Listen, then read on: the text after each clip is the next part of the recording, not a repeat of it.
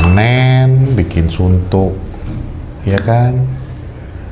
Suruh begadang, udah dibilangin jangan begadang kalau tim lu kagak jago, bandel, tetep aja ditonton.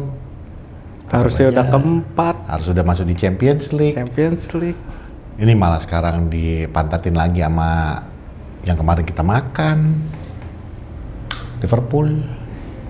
Jadi apaan sih lu? Klub goblok lu? Klub goblok. Nggak jelas. Gua nggak bisa marah ya. Lu nyerangnya berapa kali cuy, tapi lu kagak manfaatin kesempatan demi kesempatan. Baratnya nih, lu datangin nih cewek nih, ceweknya itu udah mau sama lu. Lu nembak mulu, tapi kagak dinyatain gitu loh. Baratnya tuh cewek udah sange, udah masuk ke kamar nih. Udah sange. Udah masuk ke kamar. Lu masuk, lu inget Tuhan, lu keluar. Mending. Ini mah bawanya Tuhan ya? Jangan. Lu inget pesan bapak lu, pesan mak lu. Kalau kayak gitu dia masih ingat. Enggak, kalau ini kagak gitu, tolol. Jadi tuh cewek udah sange kayak lu bilang ya, udah ngangkang nih. Dia datang ke dalam, masih kaulah bunga, kaulah bulan, kaulah matahari. Si ceweknya buruan bang, lu ada yang terbaik buat gua. Habis itu tanya deh, gua balik dulu ntar. Ngambil apa, balik lagi. Yang ada dia pas waktu balik lagi dia ngeliat tuh ada laki lain yang lagi dihajar sama itu cewek. Terus dia bilang, lah kenapa ada orang lain? Kenapa itu ya ini? Udah gitu dengan gaya yang sama 2 kali, kagak belajar lu. Orang, lo lagi bawa mobil nih, cewek lagi udah kata-kata manis, udah buka baju, buka jaket. Anjing di mobil ngapain buka baju? Iya. Terus kan sebenarnya udah tinggal melipir ya. Lu bawa ke mall. Nah, dia juga bingung kan. Ini goblok nih analoginya nih. Atau lah pokoknya harusnya kita udah di atas. Kita harusnya udah di zona champion. Tapi balik lagi. Udah bisa ngetawa-tawa. Disia-siakan cuman karena kalau alasan nggak ada pemain, tolol menurut gua. Tapi itu nanti gua juga akan membela dari sisi. Udahlah. Tapi bumper dulu kali ya.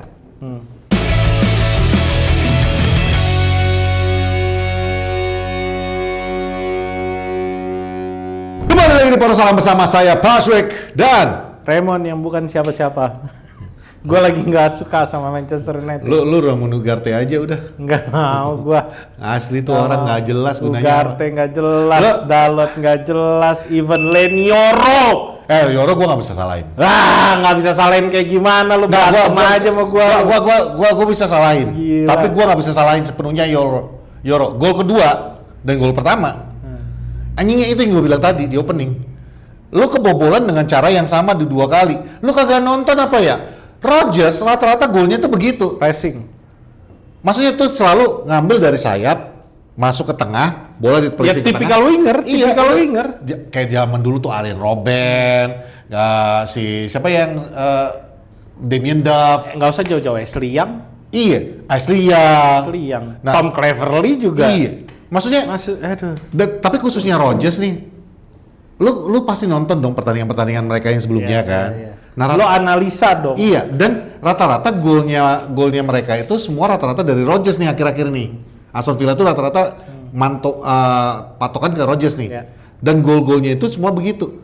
Di dalam satu pertandingan, lu kebobolan dengan cara yang sama, dengan kesalahan yang sama. 2 kali kebobolan, 2 kali Ugarte nggak jelas lagi marking siapa. Literally dia ada di tengah kotak penalti. Dia melakukan kesalahan yang sama yang gue bilang di beberapa episode lalu. Dia terlalu mundur ke dalam. Iya, terlalu dalam lah. Nah itu dia di kotak penalti.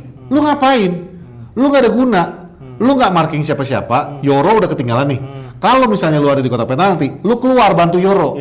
Supaya Rodgers nggak bisa nendang. Ini kagak. Yoro atau Liha? Yoro, karena Yoro tuh yang lagi jaga. Dua-duanya juga Yoro yang kebobolannya. Iya, maksud gua Yoro harusnya ngambil pemain yang di marking. Dia jaga zona daripada dia di depan kiper nggak jaga siapa-siapa. Lu gunanya kagak ada, yang ada lu ngalangin sudut pandangnya kiper udah. Walaupun ya lu kiper mau sebagus apa juga nggak bakal bisa ngapa-ngapain mah kalau udah kayak gitu. Tuh, ditambah lagi sebelum kita nyampe ke Rodgers-nya udah bawa ke tengah bolanya ya dari samping. Yang paling salah menurut gue itu Dalot ya. Emang crossing selama ini Dalot bener gue tanya sama lu. Enggak, cuma yang kemarin. masukin gol pertama itu. Orang tolol itu selalu salah. Sumpah kesel gue. Maksudnya lu udah dikasih brand captain nih, ya, lu punya tanggung jawab lebih dong harusnya.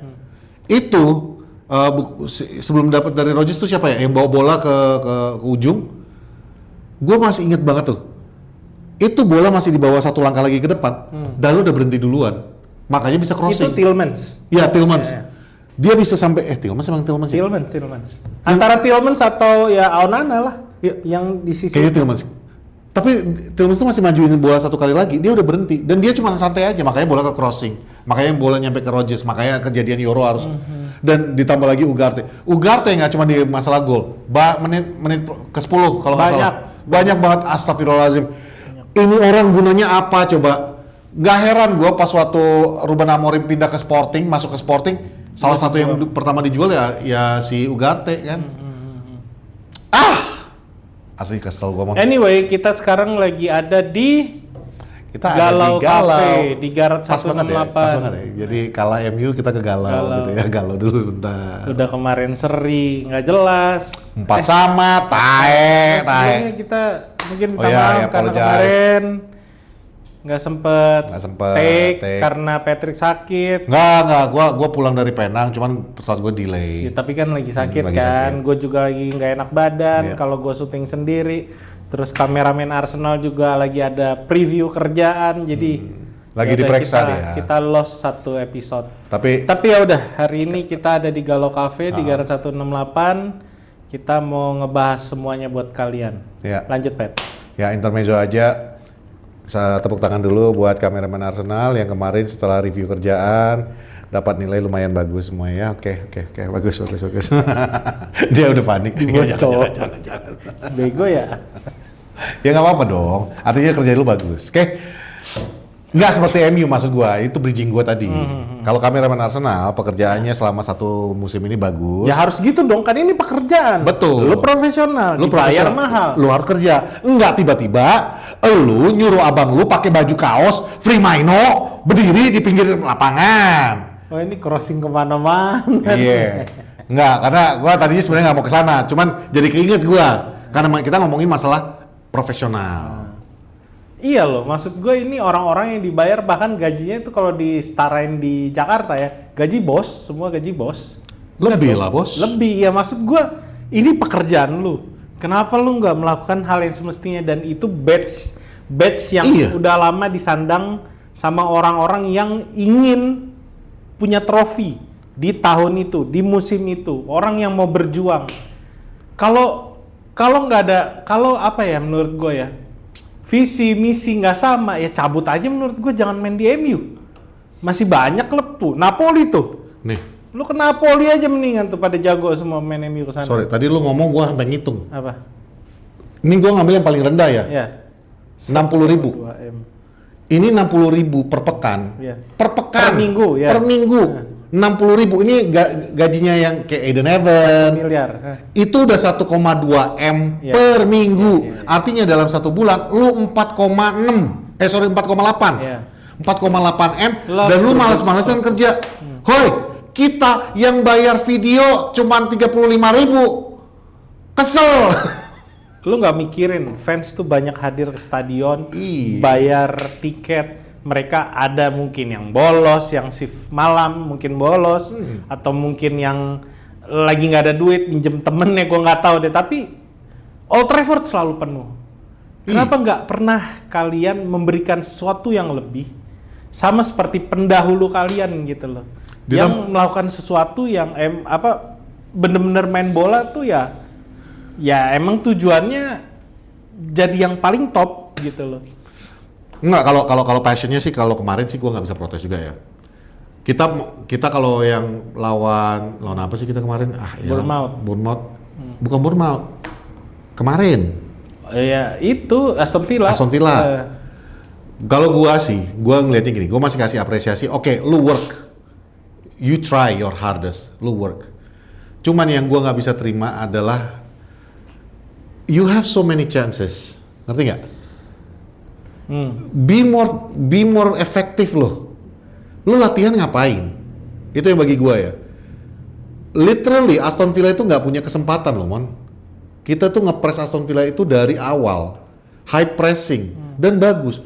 The only 2 chances, 4 chances lah dia. Yang satu yang ditepis sama Lamens, terus yang dibuang, sama 2 yang gol itu. That's literally your chances. Itu cuma chance-nya Aston Villa. Artinya, all that hard work terbuang sia-sia karena lu nggak bisa santai di depan. Gue yang pas Kunye yang heading ke samping itu, astaga, gue udah feeling, nih bau-bau kalah nih. Berkali-kali gue bilang, Manchester United ini punya sesuatu yang bisa yang bisa digali. Mereka bisa melakukan sesuatu yang lebih baik. Kayak yang Patrick bilang tadi. Kita sampai menit 35 bahkan masih menguasai pertandingan. Jangan 35 deh. Maksud gue sampai akhir pertandingan pun kita masih nguasain bola dengan tim yang seadanya. Tim yang seadanya artinya itu udah ada 3 anak muda reserve yang masuk situ. Ada Jack Fletcher, ada Chelsea, satu lagi siapa? Eden Heaven yang mulai dari awal. Maksud gue Leny Yoro, 4 biji di dalam. Ini anak-anak yang bahkan belum pernah ngerasain aroma pertandingan IPL senior sama sekali. Lo bisa nguasain pertandingan, artinya lo bisa menang gitu loh. Kalau nggak menang ya paling nggak seri lah gitu. Banyak hal yang gue sorot kayak Sesko, dia nggak tahu ini kayak bukan Sesko yang ada di Leipzig. Kalau gue bilang Sesko ini kalau yang kemarin gue lihat ya, kayak pulling back, ngerti nggak lo? Kayak yang takut gue cedera lagi, takut gue. Ini dia mulai dari nol, tau gak lo? Iya. Ini dia benar-benar mulai dari nol.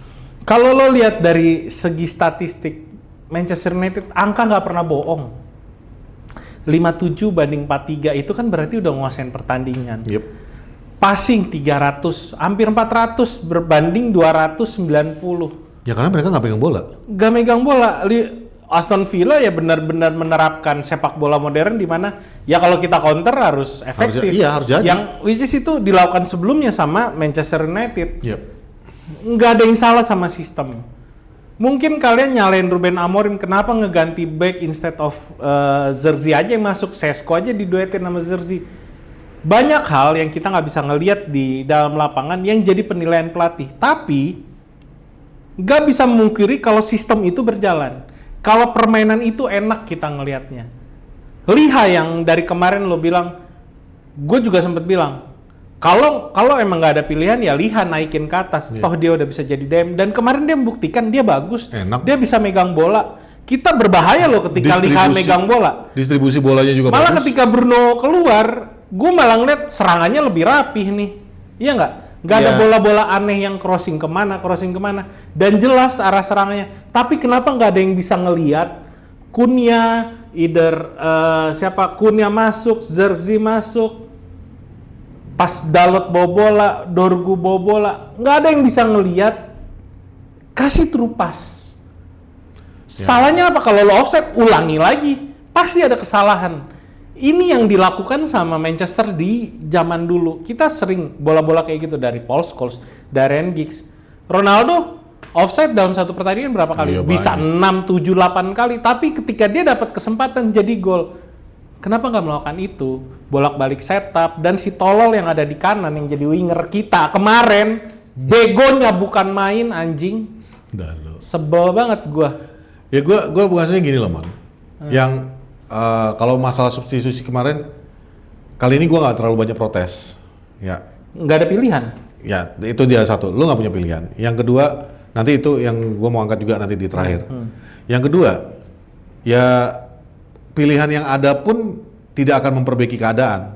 Ya sorry ya, gua bukan nggak ada hope dan nggak ada percaya sama Zirkzee lagi. Cuman bagi gua Zirkzee masuk ke situ itu ya udah ibaratnya untuk nambal posisi aja. Nggak akan tiba-tiba supaya nggak 10 orang yang main. Iya, supaya nggak 10 orang aja udah. Jadi bagi gua kemarin tuh the worst part of that game was kita punya banyak banget kesempatan. Lo lihat nggak Mason berapa kali yang dia umpan nggak ada yang ngejar bola sampai Mason sampai bingung. Itu maksud gua salah satunya Mason Mount yang beberapa kali dia ada mau coba terobos dan menurut gue itu clear kok kalau lo passing ke depan dia pasti dapat. Nggak offside kok, nggak kejebak. Iya makanya Tapi nggak ada yang lihat, nggak ada yang pergerakan itu. Kayak di situ gue justru mempertanyakan kayak Sesko. Gue mempertanyakan Kunya jujur ya. Kunya ini jatuhnya sama aja kita punya Bruno 2 biji. Dia kalau udah jelek main frustasi. Dan kemarin lo lihat nggak? Dia punya kesempatan tuh untuk passing ke Chelsea di menit-menit terakhir. Dia paksa terus maju ke depan. Akhirnya bola kelepas. Akhirnya Chelsea juga yang nendang. Ya, tahu. Cuman maksudnya ketika dia dapat bola, dia bisa terupas ke Chelsea itu tinggal ya mungkin gol atau mungkin enggak kita nggak tahu. Tapi at the very least, lu punya sebuah opportunity yang lebih besar daripada yang dilakukan Chelsea yang terakhir detik. Chelsea itu nendang gara-gara bola udah kelepas dari Kunya, itu aja. Dan menurut gue itu keputusan tepat, itu visi yang benar gitu. Ketika lo ngelihat temen-temen lo udah ke cover semua, ketutup ruang tembak ya, bahkan ruang gerak udah ketutup. Ya lo dapet ruang tembak, iya benar. Yang itu yang dilakukan. Kalau yang Chelsea, kan menurut gue itu kalau Chelsea gue nggak ada masalah. Nggak masalah. Justru kalau gue lihat dibandingkan Ugarte, dibandingkan Zerzi, ya anak itu lebih pintar. Gue ngeliat Chelsea sama Jack Fletcher efektif. Fletcher dari dia masuk, dia tidak ada buang-buang bola. Itu yang bagi gue, this kid can play. Tidak akan seefektif yang seniornya kayak misalnya kalau lu bandingin Casemiro dengan Bruno, jelas dia nggak akan bisa. Bahkan sama Maino aja mungkin dia nggak akan bisa bersaing. Cuman this kid was efektif. Berarti apa? Yang nggak efektif itu adalah kakak-kakak kelas lu dong. Kunya, what the hell? Terlalu maksain kalau gue bilang kemarin Kunya. Itu satu. Sesko bener yang kayak lu bilang. Itu yang makanya tadi gue bilang. Kayaknya ini anak takut cedera lagi. Itu yang gue lihat.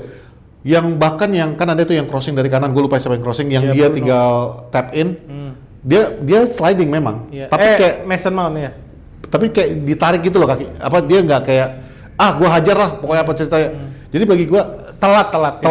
Maksud gue tuh you had so many chances. Benar-benar itu yang bikin gue sangat kecewa. Lu punya chance segitu. Dan chances ini menurut gue 98% gol. 2% lagi ya either bolanya nyerong keluar tiang atau kena tiang atau ketahan kiper. Dan gue itu gitu loh. Dan ujung-ujungnya gue pertanyakan lagi konsistensi. Karena walaupun di pertandingan kemarin kita kebobolan 4 juga, kita menciptakan 4 gol dan cukup efektif. Lah, kenapa nggak konsisten dari game yang itu bisa lu cetak 4 gol? Kenapa sekarang tuh kayaknya oke, Bang, kan timnya berubah nih, Aston Villa sama Bournemouth pasti beda dong. Tapi literally kalau gue bilang dibandingkan Bournemouth, Aston Villa kemarin lebih buruk daripada Bournemouth. Kita bahkan banyak banget kesempatan dibandingkan Bournemouth. Asal lo tahu ya, Aston Villa serangan monoton semua dari Morgan Rogers. Mereka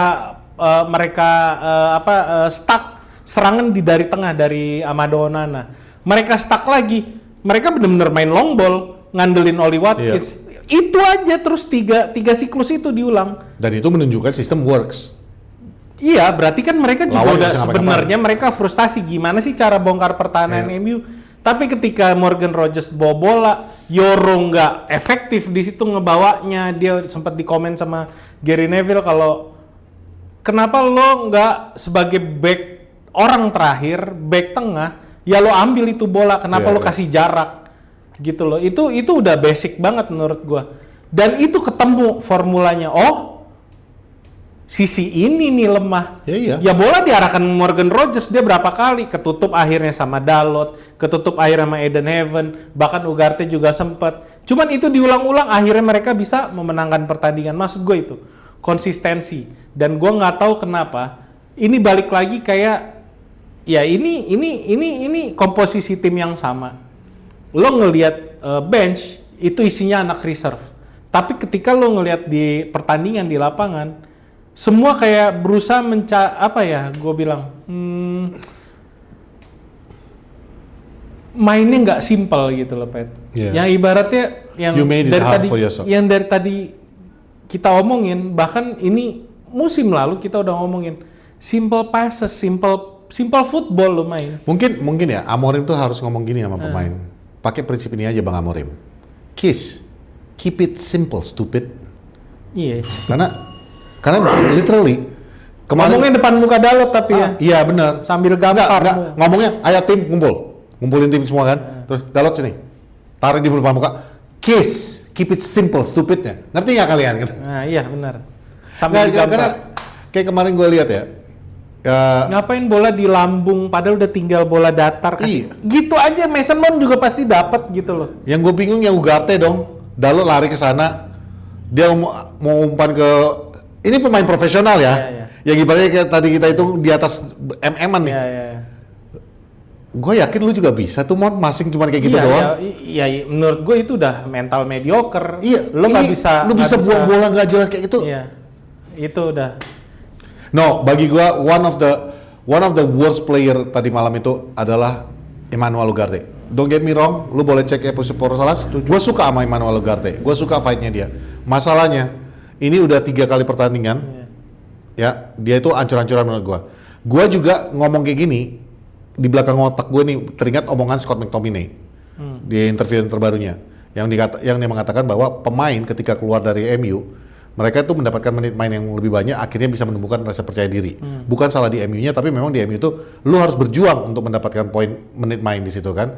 Nah, Ugarte ketika lu dapat menit main, bagi gue ini nggak memanfaatkan.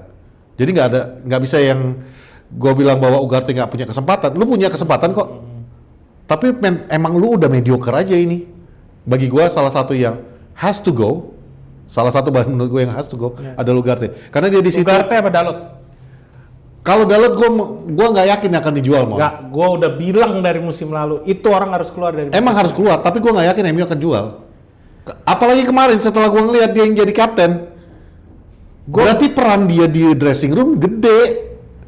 Lu kaget nggak waktu band kapten ke dia? Iya, jelas. Lu kaget nggak? Iya. Artinya dia salah satu vice. Artinya dia punya peran di ruang ganti. Makanya gue makin yakin ini orang nggak akan kejual. Ya, pasti ada celah. Gue nggak tahu gimana caranya ini. Moga-moga Manchester United dengar jual Dalot. Ya, dia bikin rusak permainan Manchester United. Parah. Dia bikin permainan yang seharusnya jadi mudah jadi sulit. Iya. Ya bener ya. Dia menganut sepak bola di mana semua gayanya harus kayak Ronaldo. Baik lo dribble, baik lo passing, atau lo shooting, harus di tempat yang paling sulit. Itu di kepala anak itu yang menurut gua dia bukan main Manchester United. Dia mungkin pemain Barcelona atau Real Madrid. Udah gitu aja. Nanti dia pindah ke Barcelona jago. Bagus. Paling nggak ada beban lagi di Manchester United. Gua nggak peduli. Kayak Rashford, jual aja. Ya. Oke, secara taktikal analisis menurut gua Eden Hazard juga menurut gua dia bagus. Ya. But not that good gitu loh. Kalau gua bilang for Eden Hazard cuman dia butuh waktu aja sih. Butuh waktu. Ini masih terlalu muda. Markingnya bagus. Ya. Dia bisa baca arah datangnya bola. Tacklingnya selalu tepat dan itu sama kayak Yoro menurut gua ya. Cuman apa ya kalau lo main FIFA EA Football Pro Evolution Soccer PES atau apapun lah ya itu, lo mau ngedit pemain nggak tahu sama lo, tapi kalau gue yang gue tingkatin duluan tuh awareness. Oh, jadi kalau main sama lu tuh lo edit pemain-pemainnya? Nggak mau gue main sama lu. Enggak. Kan kita kalau misalnya megang klub kan ada latihan kan. Yang jadi concern utama gue yang gue latih supaya awareness mereka naik. Enggak, kalau ya ke to the game yang kemarin, yang lu sebut tadi Eden Hazard, Leny Yoro, ya kalau gue bilang ini dua ini, these are good defender, ya. Balik lagi usianya terlalu muda. Nggak ada senior yang memimpin di belakang. Betul. Sebagai salah satu makanya gue berharap Lihas yang bisa. Cuma masalahnya kemarin Lihas memang lebih dipentingkan di defensif midfielder daripada. Maksud gue pas kalau. ke belakangnya. Cuma maksud gue itu yang terjadi kemarin. Brendan Rodgers atau gue. Morgan Rodgers yang ibaratnya gue yakin mereka udah nonton pertandingan Rodgers sebelumnya. Gue yakin mereka udah ngeliat cara main Aston Villa. Tapi yaitu pengalaman untuk membaca bahwa Rodgers akan melakukan itu terus-menerus. Karena how do you get scored on? Lu kebobolan 2 kali dengan cara yang sama, dengan kesalahan yang sama. Udah gitu yang paling ajaibnya dengan orang-orang yang sama yang bersalah. Ugarte, Leny Yoro, Diego Dalot. Jadi kan artinya you didn't learn. Dalam arti you didn't learn dalam pertandingan, artinya lu awareness-nya, kemampuan lu membaca permainan itu belum berkembang, itu doang. Tapi kalau secara skill, gue yakin give it mereka bagus, tapi ya itu balik lagi awareness tuh kayak kesadaran lo ketika pemain kapan dia sprint, dia lari, kapan ada bola akan dipassing, itu awareness. Kapan lu harus melakukan tackling atau kapan lu harus ngambil pelanggaran sebelum lawan masuk ke kotak penalti. Iya. Itu awareness. Makanya menurut gue itu penting dan itu yang ditingkatkan yang mungkin menurut gue masih di bawah level yang kita harapkan. Yoro sama Aiden Heaven. Menurut gue mereka nggak ada masalah, tapi ya seiring berjalan pertandingan menurut gue Yoro harus belajar dari kesalahan kemarin. Dan mungkin gue ada minta maaf sekarang. Di beberapa episode Poros Salang, gue pernah bilang Luke Shaw ini kayak salah satu benalu atau jadi masalah di dalam dressing room. Tapi kemarin gue ngelihat Luke Shaw marah bobolan kedua. Gue ngeliat nih orang sama passionnya sebenarnya. Yeah. Dia benar-benar kesel kan, kok bisa kebobolan lagi dengan cara yang sama gitu loh. Itu bagi gue, kelihatan nih, sekarang udah makin kelihatan bagi gue bahwa ini tim sekarang udah diisi dengan orang-orang yang memang mau main untuk MU. Mungkin Shaw dari zaman dulu kali ya, yang agak-agak mungkin ogah-ogahan atau apa, mungkin karena cedera atau apa, nggak ngerti lah gue. Kegendutan. Tapi kalau yang sekarang ini gue lihat, this player udah mulai kelihatan nih, mereka yang pengen bermain untuk MU. Masalahnya, konsistensinya nggak ada, Mon. Masalahnya, kayak nggak tenang. Kalau lu ngomongin awareness tadi untuk defender, yang gue harapkan yang di depan itu, composure. Lu compose, lu tenang di depan gawang. Di depan gawang lawan. Berapa kali kemarin kesempatan? Cunha di depan gawang. Sesko. Mason Mount juga Mason Mount menurut gue kemarin memang nggak ada pilihan. Dia banyakan yang tertutup. Ya karena dia berusaha cover Bruno yang udah kelihatan pincang dari babak awal. Zerzi ini manusia yang ibaratnya benar-benar lu belajar composure deh kalau lu mau berguna di klub dia ini. Bisa berguna buat MU asalkan bisa, karena badannya besar, dia bisa kontrol ball. Masalahnya nobody is composed. Kalau lu nggak tenang di depan gawang, otomatis lu cuma taunya lari kan. Makanya kejadian kayak Mason Mount yang nanya kenapa nggak ada yang lari ngejar bola terus Bruno juga yang passing bola terus nggak ada yang dapetin bola. Itu bagi gue tuh ini yang menjadi kendala. Oke, lu lihat kalau Bumo ada. Bumo tuh kan tenang, nggak ada ekspresi, nggak ada apa. Nggak juga sih. Nggak masuk gue selama dia di Manchester United nggak ada tenang-tenang ya. Iya, nggak masuk gue kan dia tuh dibandingkan yang kemarin. Kalau kemarin kalau gue bilang pakai istilahnya ya dia udah kebagi menurut gue pikirannya sama Evan. Ya, nggak kalau gue pakai istilah Koci. Kalau kemarin yang penyerang kita di depan itu Koci Justin. Ini ibaratnya kayak hotspur semua nih. Ayam kepalanya udah dipotong semua. Bener-bener yang kayak panik kan, nggak ada yang mau tenang mainnya. Nah itu. Dan sekali lagi baru beberapa episode yang kemarin gue minta maaf nih. Kita ngata-ngatain Bruno. Maksudnya? Kemarin gue baru ngeliat tanpa Bruno literally cuma Mason loh. Itu yang pernah gue omongin kan. Ya kan 2 episode yang lalu kan gue bilang kan. Menurut gue Bruno itu bisa dijual kalau kita udah ada penggantinya. Kita menurut kayak si Ceng Carebet nih udah bisa nih jadi Bruno jadi baru nggak Bruno dijual baru datang berharap jadi Bruno baru. Bruno tetap orang yang menurut gue vital di situ. Dia bisa visinya luar biasa. Lo nggak usah ngeliat dia di Manchester United, lo lihat dia di Portugal. Kalau bukan karena dia sama ya mungkin kebantu Rodri ya, si orang tua itu nggak bakal banyak bisa atau Vitinha nggak bakal bisa, tapi semua otaknya dari Bruno itu. Ini lagi masalah formasi. Dengan kita kehilangan pemain yang ke AFCON lah, apalah yang cedera lah, lu masih mau ngotot pakai 3-4-3? Tinggalin aja itu 3-4-3. Arsenal main 4 back tuh, sekarang di pucuk. Nah, ini menarik menurut gua. Kalau gua bilang nggak ada masalah. Kemarin kalau lo sadar ya, awal babak kedua ketika Bruno keluar masuk si Liha, kita main 4-3-3. Tapi basicnya kalau lo lihat ya, Heaven di tengah, Yoro di kanan, Luke Shaw di kiri, Ahmad di bukan, Liha di depan, Liha as defender midfielder yang ngebentuk diamond. Itu 4 back, tapi basicnya 3 back. Menurut gua nggak ada masalah. Toh berhasil kan, yang dari tadi kita bahas. Gitu maksud gue kalau ada yang nge-challenge 3-4-3 ketika kayak gini nggak works. Kemarin works, Aston Villa kesulitan, kita kebobolan karena kesalahan siapa? Karena kesalahan individu, bukan kesalahan strategi yang ditetapkan. Kalau lo ngomongin sistem Sistemnya works menurut The system works, Mon. Yes. Masalahnya yang gue tanya tadi adalah kita kan lagi nggak ada pemain nih. Ya.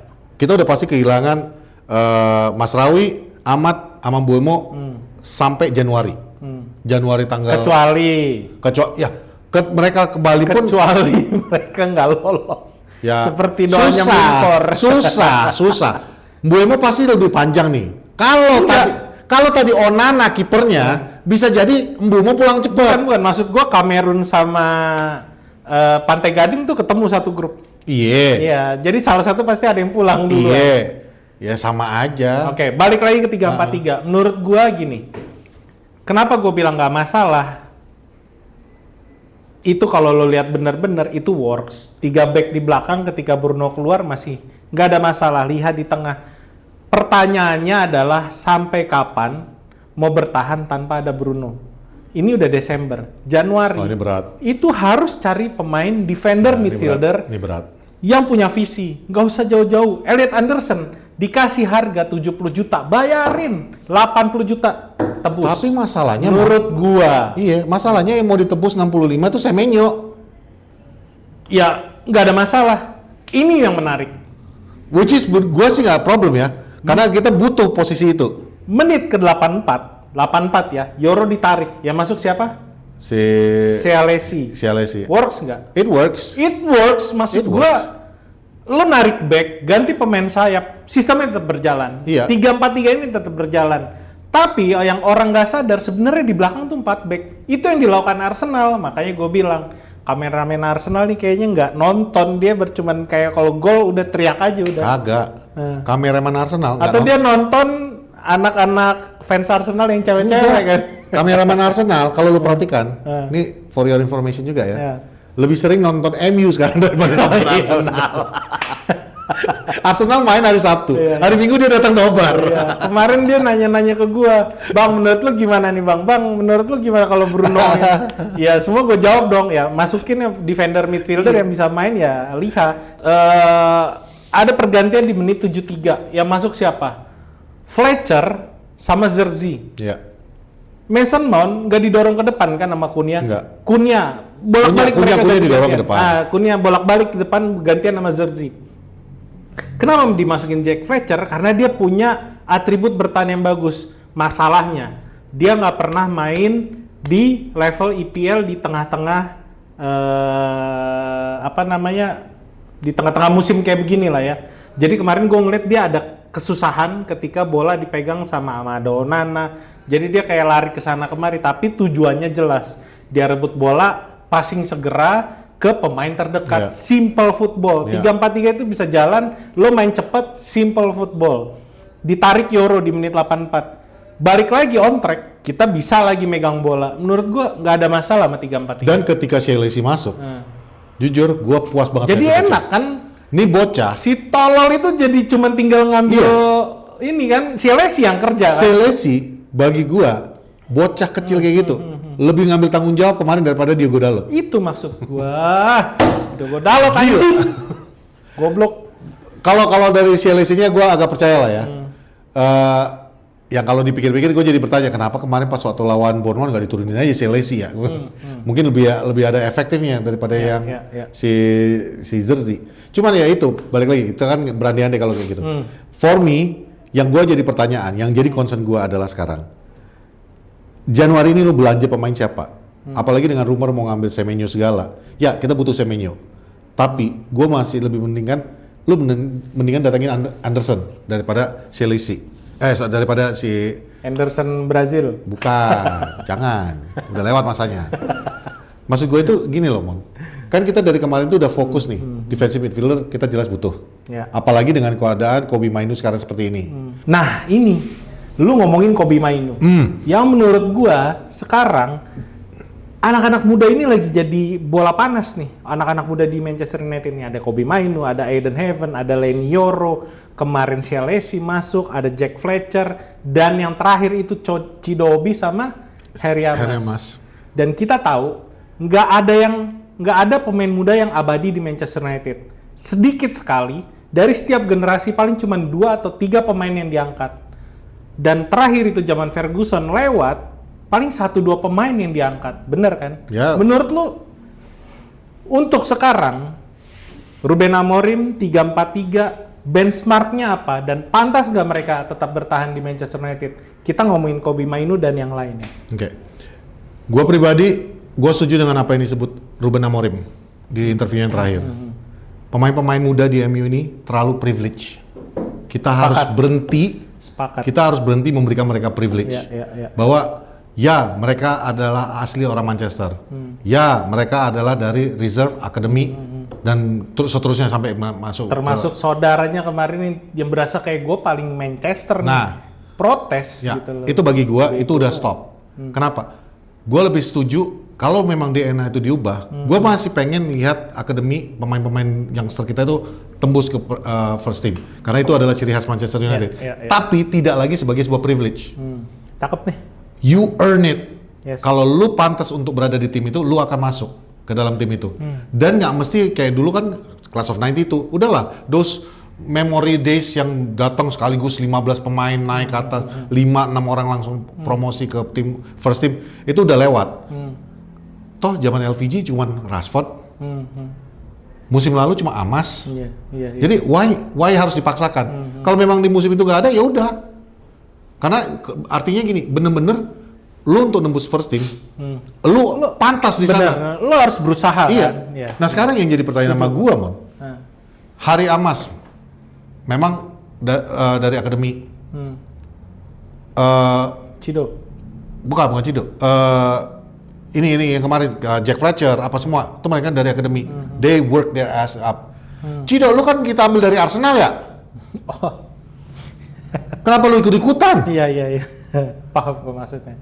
Iya. Ngerti nggak lo maksud gua? Iya. Aiden Heaven juga kan kita ambil dari Arsenal, sama kayak kondisi Cido. Umur hampir sama. Enggak lah, Cido lebih muda. Cuman Aiden membuktikan diri gua bisa. Aiden membuktikan diri gua pantas. Iya. Dan Aiden membuktikan diri gua nggak banyak tingkah. Saingan dia tuh Harry Maguire, Lisandro Martinez, Delete, dan dia bisa. Dia bisa. Nah, Cido, kalau lu emang merasa pantas main di first team, saingan lu Zirkzee lo, ampun. masa Zirkzee aja lu nggak bisa lawan? Iya. Yang ibaratnya kita udah, ya mungkin gua melihatnya itu udah. Sesko lagi kayak begini nggak bisa lu lawan. Nah makanya jadi balik lagi, more yang tadi yang pertanyaan lu balik ke pertanyaan lu, well, bagi gua, if you deserve to be in the first team, kalau lu memang pantas masuk ke first team itu, lu masuk ke first team. Tapi kalau lu nggak pantas, lu nggak akan masuk. Bukan lagi privilege bahwa lu akademi harus naik. Udah nggak ada lagi. Gue setuju. Buat teman-teman mungkin ya yang masih ngerasa kayak kita perlu kok masih ada pemain muda Manchester United yang asli Manchester United dari akademi. Stop dulu ya. 1 million zillion jillion dillion cotillion times later. Ya kalau lo ngerasa pemain-pemain ini harus bermain buat tim utama Manchester United, di zaman sekarang lupain. Iya. Nggak ada yang tadi gue bilang di awal, nggak ada pemain yang abadi. Even bolak-balik ganti pelatih semuanya, ada yang works, ada yang nggak works, dan ada yang works, ujung-ujungnya bikin masalah. Gue ngomongin Rashford, gue ngomongin Garnacho, banyak. Kalau kita tarik ke belakang, lo ingat Rafael Morrison, Chris Eagles, Makeda, Federico Makeda, Rodrigo Posebon, itu luar biasa semua. Ini semua big talent. Rafael da Silva, Fabio da Silva, siapa yang work, siapa yang bekerja untuk masuk terus bermain pantas di tim utama, terlepas dia cedera mulu ya. Rafael da Silva, Fabio dibuang. Maksud gua ada Adnan Januzaj yang ketika di zaman LVG ya kan, betul. Dia dilempar ke Real Sociedad. Tom Cleverley sama siapa pemain tengah kita? Darren Gibson. Dua-duanya otak pembantaian di Old Trafford atas Arsenal 8-2. Iya. Sekarang mereka ada di mana? Yang satu dijual ke Everton, yang satu lagi mental ke Watford. Belum lagi Rafael Morrison tadi. Iya. Rafael Morrison. Jangan lupa Dong Fangzo. Kalau Dong Fangzo sih beda ya Mon ya. Dia dipakai itu jualan ke Cina sih. Iya, maksud gua itu Glazer. Maksud gua itu berantakannya Glazer tuh mulai di situ tuh. Di UCL dia masuk gantiin Wayne Rooney di UCL. Maksud gua waktu itu gua lupa lawan siapa. Dan ketika kita juara kita udah dipastikan juara di Stamford Bridge. Dia masuk jadi tim utama yang di guard of honor sama Frank Lampard, John Terry dan kawan-kawan. Maksud gua ini pemain muda yang terlepas Dong Fangsu. Ya, terlepas Dong Fangsu, please jangan ini orang-orang yang punya potensi ya ketika kita ngelihat, wah, dapet nih. The next Roy Keane, the next Beckham, Chris Eagles, the next siapalah, macam-macam lah. The next Nicky Butt, the next Steve Bruce, Rio Ferdinand, kayak ini pemain-pemain yang luar biasa yang harus bermain di tim utama sampai mereka tua. Mental semuanya, bro. Jadi makanya lupain, nggak usah terlalu fanatik bahwa Kobe Maino itu orang yang penting. Dia bagus, menurut gue dia bagus. He's a good player. Tapi kalau dia nggak berusaha untuk ngangkat dirinya sendiri, pantas bermain di tim utama, nggak usah. Gini, sebenarnya ini pesan dari Poros Salang lah ya. These players, semua pemain-pemain ini, kita nggak cuma ngomongin masalah yang akademi aja. Semua pemain, gue cinta banget dulu sama Rooney. Gue cinta banget dulu sama Beckham, gue cinta banget sama beberapa nama pemain, bahkan De Gea apa semua. One thing for sure, ada satu hal yang pasti, ya. Manchester United di sini terus, ada terus. Pemain-pemain ini datang dan pergi. Jadi kalau lu bilang, wah ini ciri khasnya MU nih harus ada kayak gini, forget it. Karena bagi gue sekarang adalah, gue setuju apa yang dilakukan, yang dikatakan, nggak cuma Ruben Amorim loh ya. Ole Gunnar Solskjaer juga dulu mengatakan, gue cuma butuh pemain yang mau main untuk MU. Itu yang dikatakan Ole. Itu juga yang sekarang dikatakan Ruben dengan kata-kata berbeda. Gue cuma mau mereka yang mau bermain untuk gue. Dia di interview terakhir, Ruben Amorim mengatakan, gue mungkin di lapangan terlihat mengecewakan. Tapi percaya sama gue, di luar lapangan, gue nggak akan pernah mengecewakan MU. Maksud dia, apa yang dilakukan sekarang? Pemain itu konteksnya adalah kenapa Kobe Mainu nggak bermain. Konteksnya, gue akan memainkan mereka yang mau main untuk MU. Gue akan memainkan mereka yang mau bermain untuk tim ini. Yang mau bekerja keras. Jadi bagi gue, mau lu namanya Akademi MU, ya sorry Kobe ya. Gue juga suka kok sama Kobe. Tapi jangan ada lagi agenda netizen apalah. Kenapa Kobe nggak dimainin? Ini kan aslinya.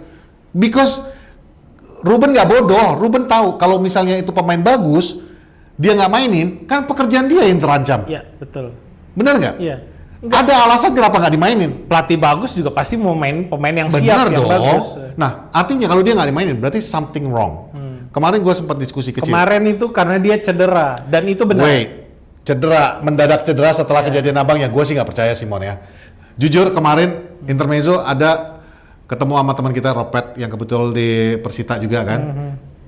Robert sama gue lagi bicara MU, satu hal yang kita ngomongin kemarin bang. Bang, lu sama gue sama-sama di manajemen bola, lu pernah di manajemen bola. Nggak mungkin dong, lu dulu kalau ada pemain lu yang bagus, lu nggak mainin, pasti karena di latihan lu lihat ada sesuatu. Pasti ada attitude atau sesuatu yang dia nggak berikan terbaik, makanya lu nggak main kan. Bener, Bet. Makanya Kobe gitu. Lu percaya tiba-tiba setelah kasus abangnya pakai baju free Kobe, tiba-tiba dia cedera. Itu yang kemarin kita bahas. Makanya apakah dia cedera beneran atau enggak, gue nggak tahu. Tapi bagi gue, this kind of mentality yang sekarang ini harus dihapus dari MU. Lu bermasalah sama manajer, lu tiba-tiba cedera. Itu balik lagi, sorry, gue agak menyerocos nih. Kembali ke interviewnya Ruben Amorim, yang dia mengatakan itu nyindir, Mon. Itu benar-benar nyindir. Pintu gue terbuka selalu untuk lu datang komplain. Kalau lu nggak suka dengan cara yang gue lakukan, pola atau menit main lu tinggal datang. Itu baru jantan, itu baru namanya pemain. Kalau lu cuma datang nyuruh abang lu pakai baju free Kobe atau lu hari Amas posting dia pemain terbaik bulan lalu, bulan Oktober, atau Cido Obi merayakan gol yang akhirnya semua postingan dihapus, itu cara orang-orang pengecut NPD. Yang cuma bacot, tapi nggak berani ketemu sama orangnya.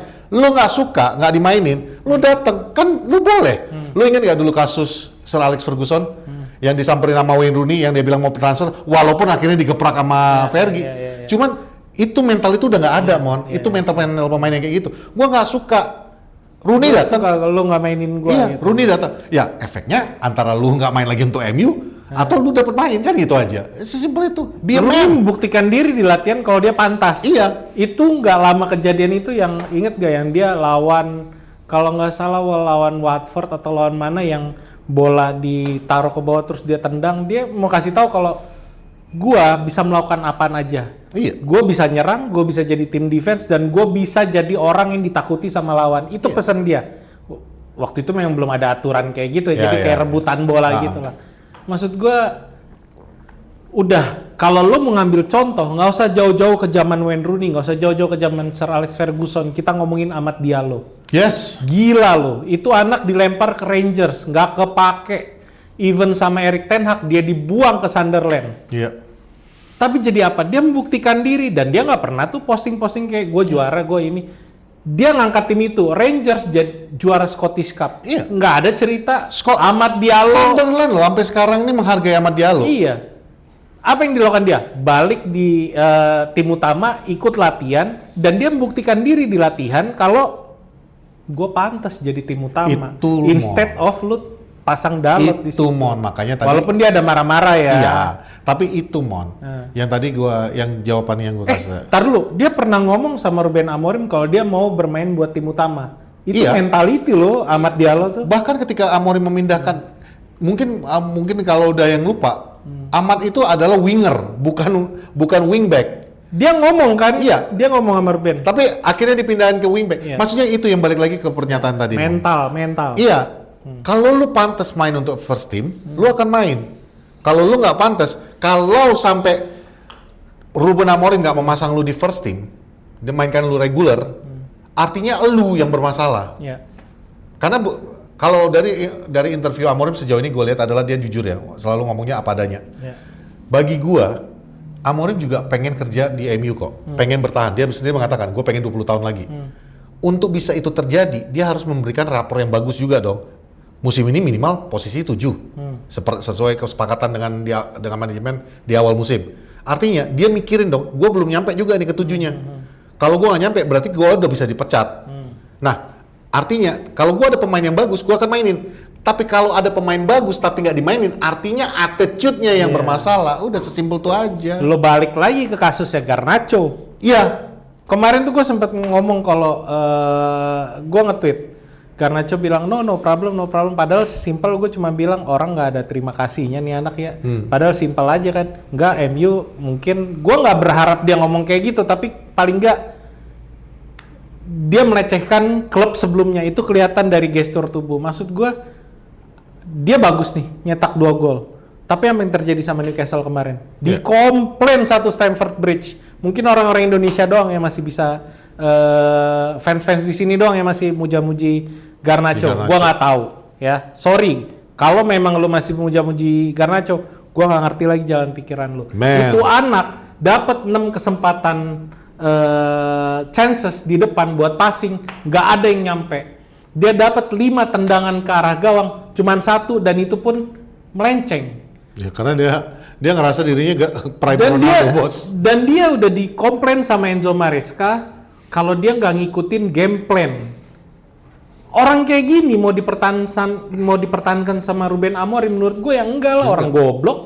Ya ngapain juga, gue bisa dapetin yang lain gitu loh. Maksud gue yang kayak gini tuh harus dirubah. Ya. Kita nih lagi mencoba bertahan, gue nggak bilang.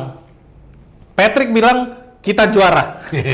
Tapi gue bilang kita mau bertahan di tengah, jangan sampai turun ke 11, 12, 13 dan seterusnya. Menurut gue Manchester United di posisi 7, 8, 9 udah terbaik musim ini. Ya.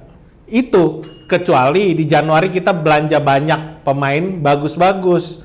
7, 8, 9 gak make sense gitu kan. Ya. Tapi sebagai fans, gue mendukung Manchester United untuk hadir di EPL, bertahan di papan tengah.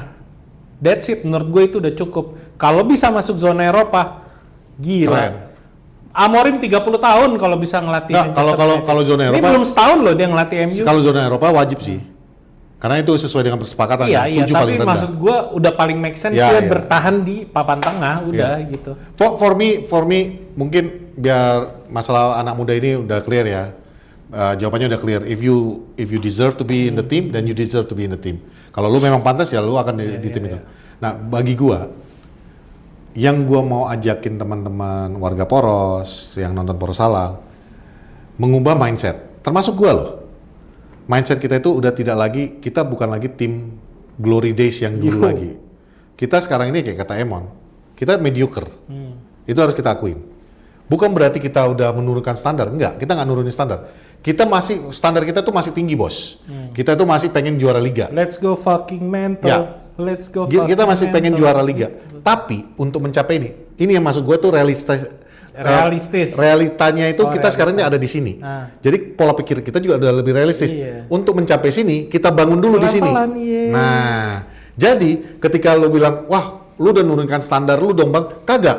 Standar gue tetap lu harus ngasih 100% yang terbaik setiap game. Gue mau lihat MU menang, tapi kalaupun nggak menang, gua mau lihat lu berusaha. Udah itu dulu. Jadi kalau lu bisa mentalnya di situ, kita bisa memikirkan, oke, di sini dulu nih kita untuk kembali lagi ke atas. Gue yakin, lu akan hidupnya lebih tenang. Lu nggak akan sakit-sakitan. Begitu Manchester United ada di situ, wah gila. Menurut gue, mungkin lu akan sama kayak gue, orang yang bangga banget dukung Manchester United ketika mereka benar-benar lagi susah, nurunin bangku cadangan semua pemain reserve. Tapi ketika kita ada di peringkat 3 atau 2, gila. Kurang lebih kayak fans Liverpool yang dari zaman dulu dukung Liverpool. Sekarang udah bisa lebih santai. Bro, gua tim sampai nggak masuk Champions League, nggak masuk main di Eropa, gua masih dukung. Kemarin kita juara, gua berhak selebrasi katanya. Gitu. Maksud gua dah. Nggak kayak yang tiba-tiba siapa penguasa FPL, lalu baru dukung Liverpool juga baru berapa tahun. Itu siapa? Itu yang sampai disamperin sama orang. Nggak tahu, nggak kenal. Anyway. Intinya dengan segala kekurangan Manchester United, ya kita kecewa. Kemarin harusnya game bisa dimenangkan, paling nggak seri, ternyata kalah. Karena banyak kesalahan konyol, banyak pemain yang nggak proven, bukan nggak proven ya, nggak pinter kalau menurut gua. Nggak pinter, IQ-nya di bawah. IQ-nya nggak nyampe. Kalau kita bisa paling nggak kemarin itu seri, menurut gue itu udah cukup. Nah, kita nih sama, mendukung tim yang sama. Kalau kalah kita kecewa, kalau menang kita senangnya bukan main. Kalau perlu kita nyela-nyelain orang ya kan. Betul lah. Ya, itu saat kalah aja gue masih nyela-nyelain orang sekarang. Jadi nggak usah grecokin, nggak usah ringan jempol maksud gue, nggak usah ikut-ikutan apa ya, ngejelekin tim lu sendiri di sosial media. Disupport aja udah. Kalau kecewa ya lu luapin, tapi ya nggak melulu selama seminggu itu lo gas terus. Contoh kayak misalnya si siapa Jack Fletcher kemarin, mungkin di awal-awal Jack Fletcher kurang ini, kan itu kebaca ya, itu masuk nama dia terus muncul. Anak itu bisa ngecek. Maksud gue banyak hal yang bisa bikin pemain tuh mentalnya down. Ya disupport aja gitu dan berharap di Januari nanti kita ada pembelian bagus. Ya kalau gue bilang Simon, this team gini adanya. Iya, udah. Apalagi saat ini ya. Jadi ya udah kita support. Tapi gue orangnya glass half full atau half empty. Gue sih half full ya. Gue ngelihatnya gini, Mon. Kita dari 10 pertandingan baru kalah 2. Udah gitu aja. Iya. 10 pertandingan baru kalah 2. Walaupun nggak clean sheet ya. Walaupun nggak clean sheet 1. Walaupun nggak clean sheet, cuma maksudnya 10 pertandingan kita baru kalah 2. Itu udah gambaran jauh lebih baik daripada musim lalu. Tapi jangan lupa, kita di posisi 7 ini kapanpun kita bisa turun langsung ke 14. Karena sampai posisi 12-13 tuh cuma beda 3-4 poin. Jadi next game kita siapa sih? Newcastle bukan? Next game kita Newcastle tanggal 27 ini.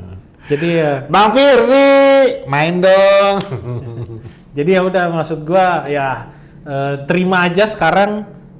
Kita balik lagi ke setelan pabrik. Bedanya Cunha, seorang Mateus Cunha sekarang ada di pihak kita, dan kita punya Sesko yang belum bisa jadi apa-apa, dan kita punya Mason Mount dalam keadaan sehat.